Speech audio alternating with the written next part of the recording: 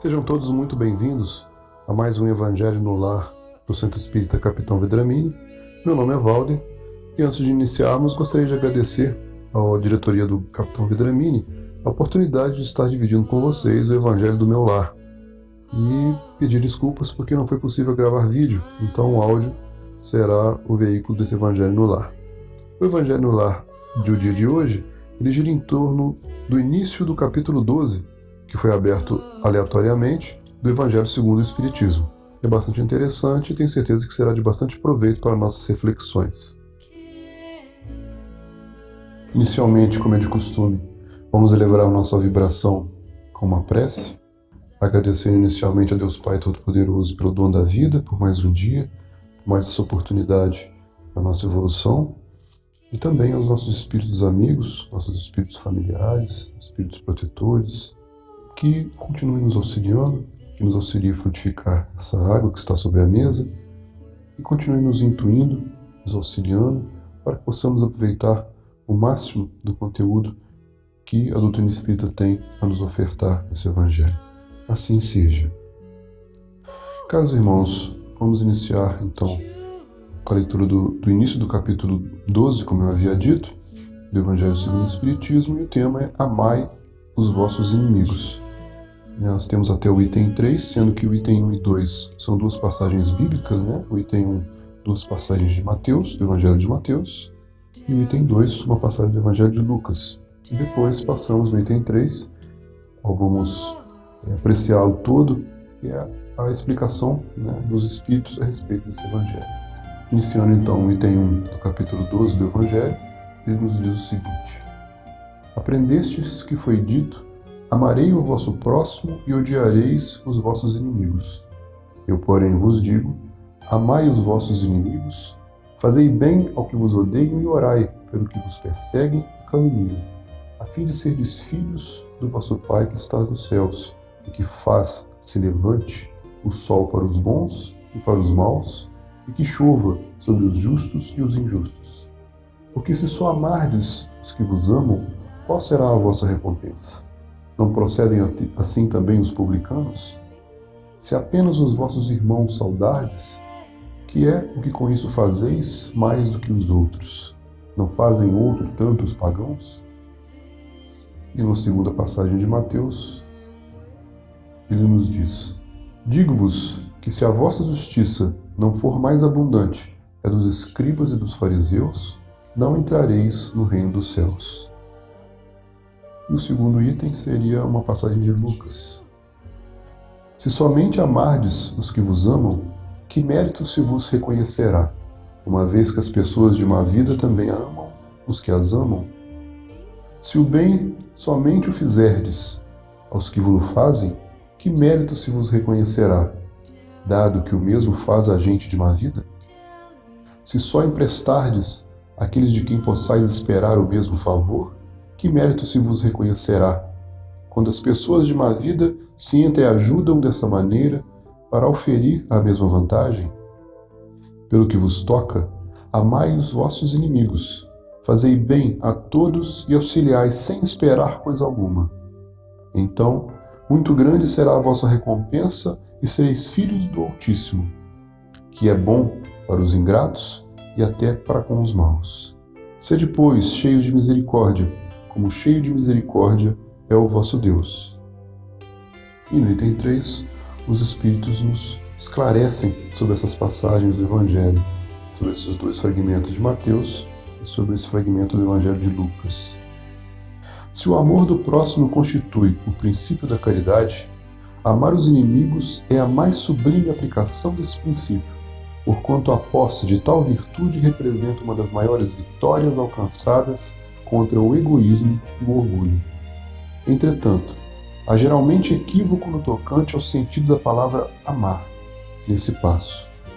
Não pretendeu Jesus, assim falando, que cada um de nós tenha para com seu inimigo a ternura que dispensa a um irmão ou amigo. A ternura pressupõe confiança. Ora, ninguém pode depositar confiança numa pessoa sabendo que essa lhe quer mal. Ninguém pode ter para com ela expansões de amizade, sabendo-a capaz de abusar dessa atitude. Entre pessoas que desconfiam umas das outras, não pode haver essas manifestações de simpatia que existem entre as que comungam nas mesmas ideias. Enfim, ninguém pode sentir, em estar com um inimigo, prazer igual ao que sente na companhia de um amigo. A diversidade da maneira de sentir nessas duas circunstâncias diferentes resulta mesmo de uma lei da física, a da assimilação e da repulsão dos fluidos. O pensamento malévolo determina uma corrente fluídica que impressiona penosamente. O pensamento benévolo nos envolve num agradável eflúvio. Daí a diferença das sensações que se experimenta à aproximação de um amigo ou de um inimigo. Amar os inimigos não pode, pois, significar que não se deva estabelecer diferença entre eles e os amigos. Se esse preceito parece de difícil prática, impossível mesmo, é apenas por entender-se falsamente de que ele manda que se dê no coração, assim ao amigo como ao inimigo, o mesmo lugar. Uma vez que a pobreza de linguagem humana obriga a que nos sirvamos do mesmo termo para exprimir matizes diversos de um sentimento, à razão cabe estabelecer as diferenças, conforme os casos. Amar os inimigos não é, portanto, ter-lhes uma afeição que não está na natureza, visto que o contato de um inimigo nos faz bater o coração de modo muito diverso do seu bater ao contato de um amigo. Amar os inimigos é não lhes guardar ódio nem rancor, nem desejos de vingança. É perdoar-lhes, sem pensamento oculto e sem condições, o mal que nos causem. É não opor nenhum obstáculo à reconciliação com eles. É desejar-lhes o bem e não o mal. É experimentar júbilo, em vez de pesar, com o bem que lhes advenha. É socorrê-los em se apresentando a ocasião. É abster-se, quer por palavras, quer por atos, de tudo o que possa prejudicar. É, finalmente, retribuir-lhes sempre o mal com o bem, sem a intenção de os humilhar. Quem assim procede, preenche as condições do mandamento: amai os vossos inimigos. É uma explicação belíssima dos espíritos amigos, né? Que não deixa muita margem para colocar nada mais. São extremamente claros. A gente percebe, dentro da gente mesmo, né, um mal-estar muito grande quando a gente vê o mandamento de Cristo, que está saindo dos ensinamentos de dois discípulos, né, da mesma maneira. Mateus e Lucas falam exatamente a mesma coisa, e a gente encontra dentro da gente mesmo uma dificuldade ou até uma impossibilidade de seguir esse mandamento de Jesus. É muito problemático isso.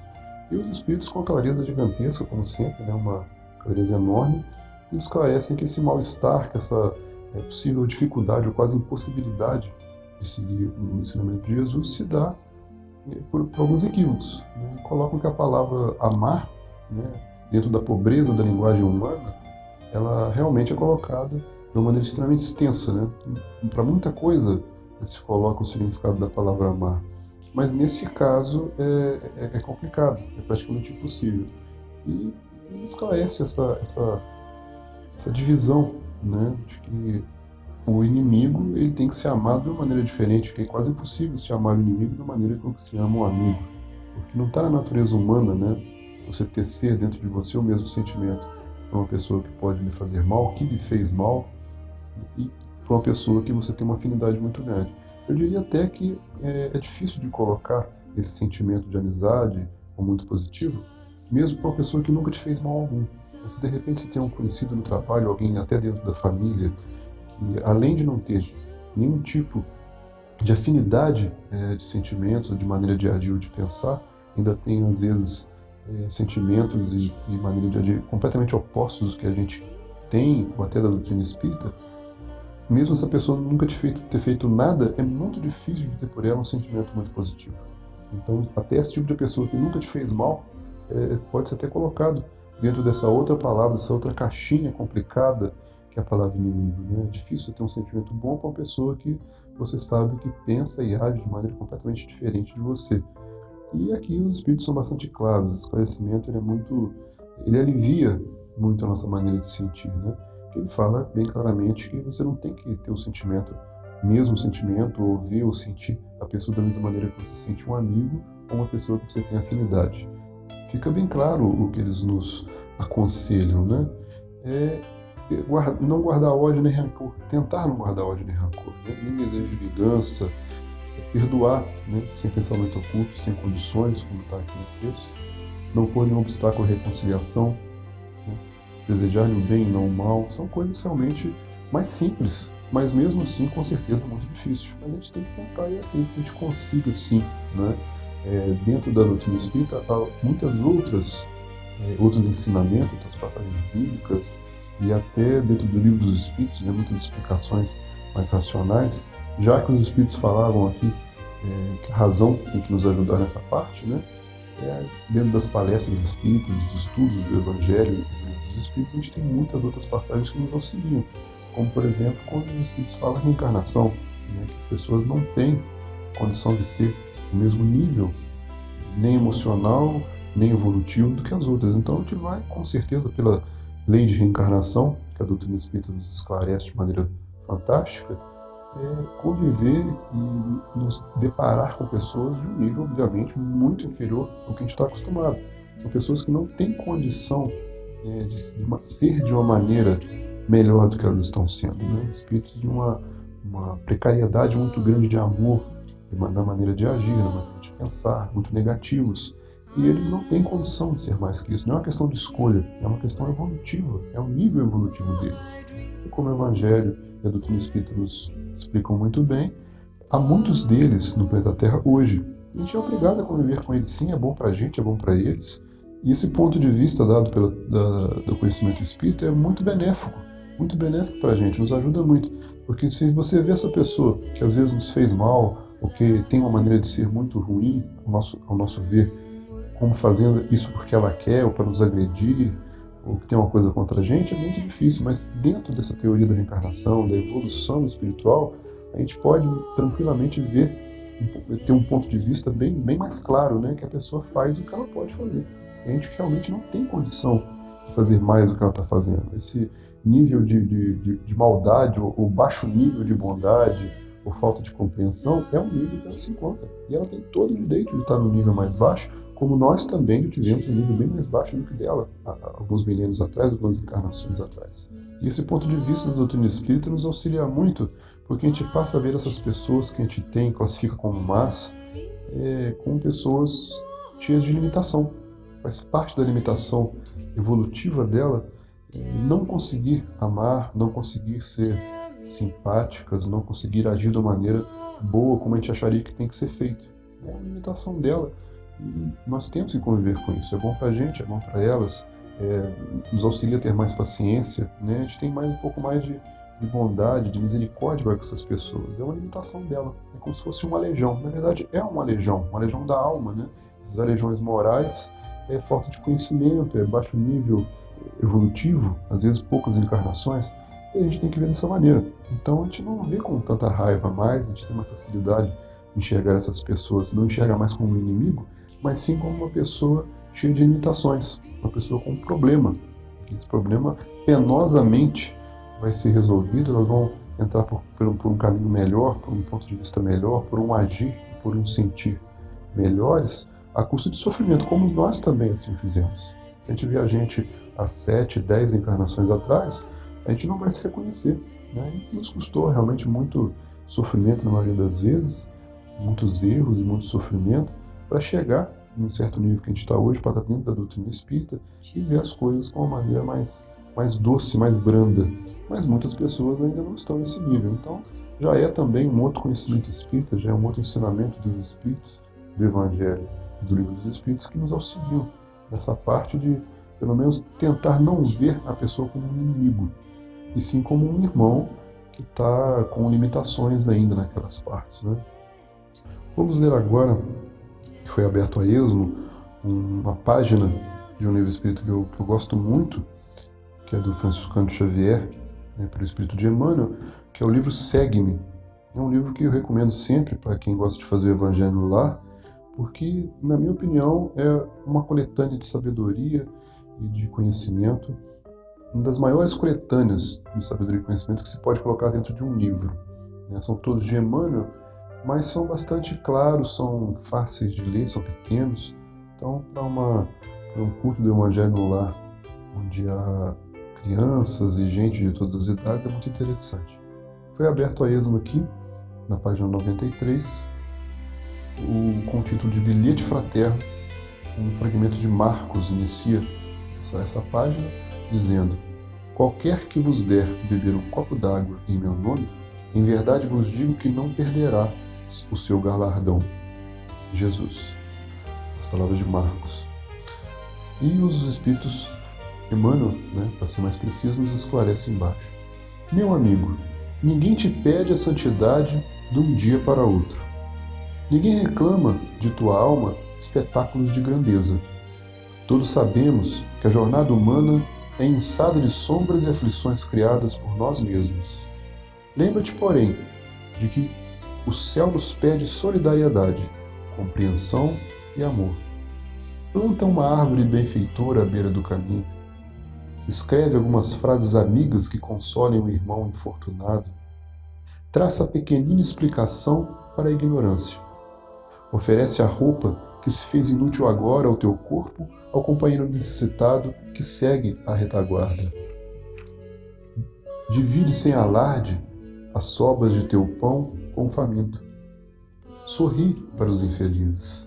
Dá uma prece ao agonizante. Acende uma luz de um bom pensamento para aquele que te precedeu na longa viagem da morte. Estende o braço à criancinha enferma. Leva um remédio ou uma flor ao doente. Improvisa um pouco de entusiasmo para os que trabalham contigo. Emite uma palavra amorosa e consoladora onde a candeia do bem estiver apagada. Conduze uma xícara de leite ao recém-nascido que o mundo acolheu sem um berço enfeitado. Concede alguns minutos de palestra reconfortante ao colega abatido. O rio é um conjunto de gotas preciosas. A fraternidade é um sol composto de raios divinos emitidos por nossa capacidade de amar e servir. Quantos raios liberaste hoje do astro vivo que é teu próprio ser imortal? Recorda o Divino Mestre que teceu lições inesquecíveis em torno de um vintém de uma viúva pobre, de uma semente de mostarda, de um dracma perdida. Faze o bem que puderes.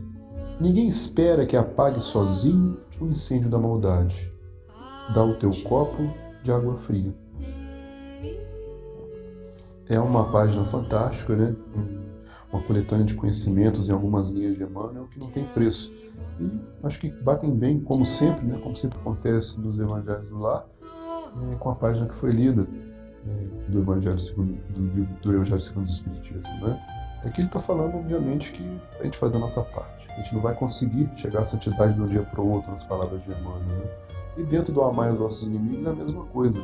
Mesmo sabendo, entendendo perfeitamente tudo que os espíritos amigos nos passaram, mesmo assim é uma longa caminhada, é sempre uma longa jornada. Há pessoas que têm mais dificuldade de enxergar a pessoa que a gente não tem afinidade de uma maneira diferente de um inimigo.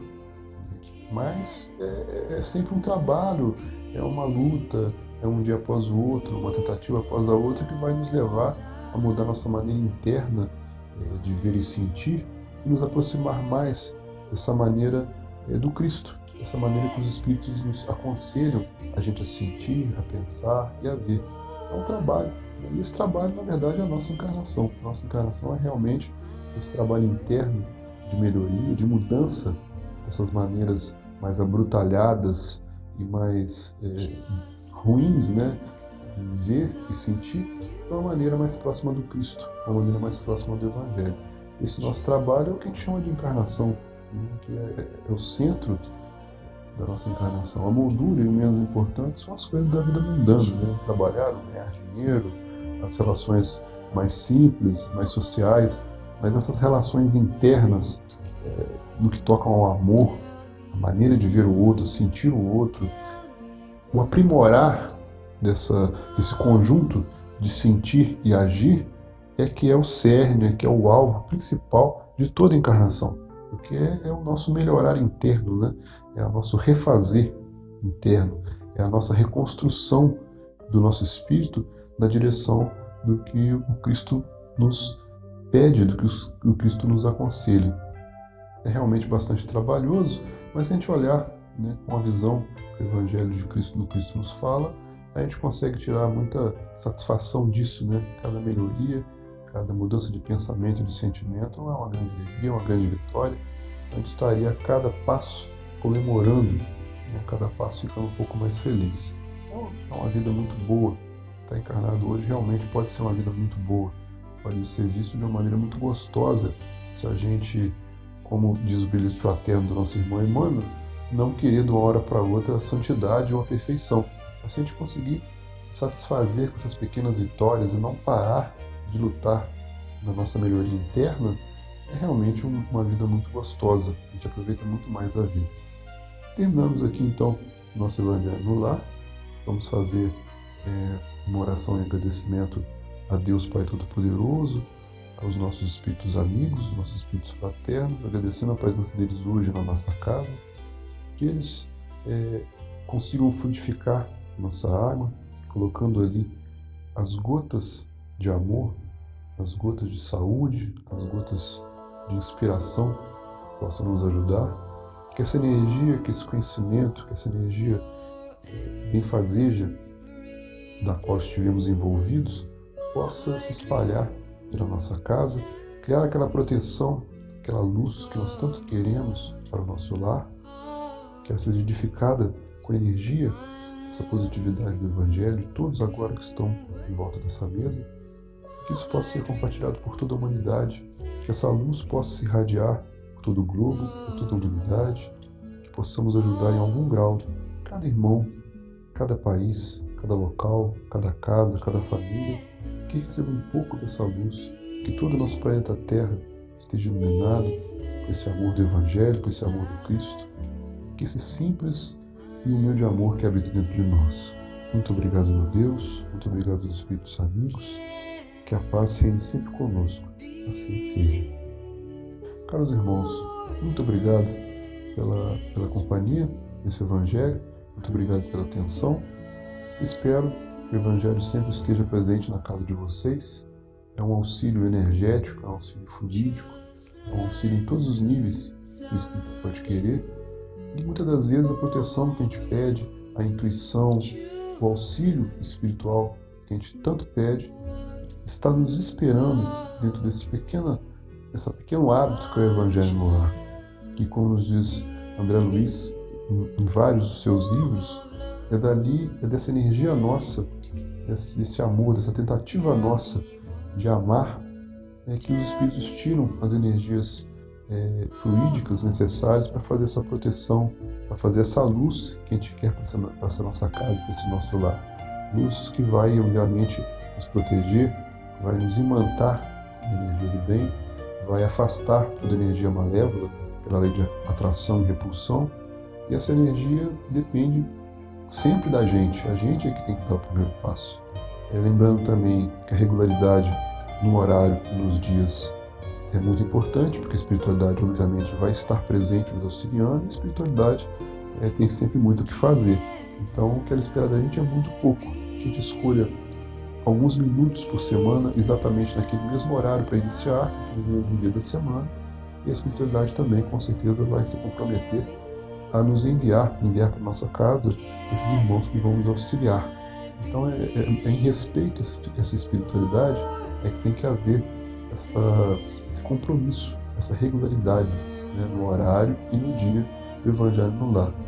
É uma maneira de fazer esse intercâmbio de amor, intercâmbio de fraternidade e auxílio entre os dois planos que a doutrina espírita nos aconselha a fazer. Todo espírita é sempre aconselhado, porque é uma ferramenta da própria espiritualidade, e tem dentro dela coisas muito importantes, como, por exemplo, o merecimento.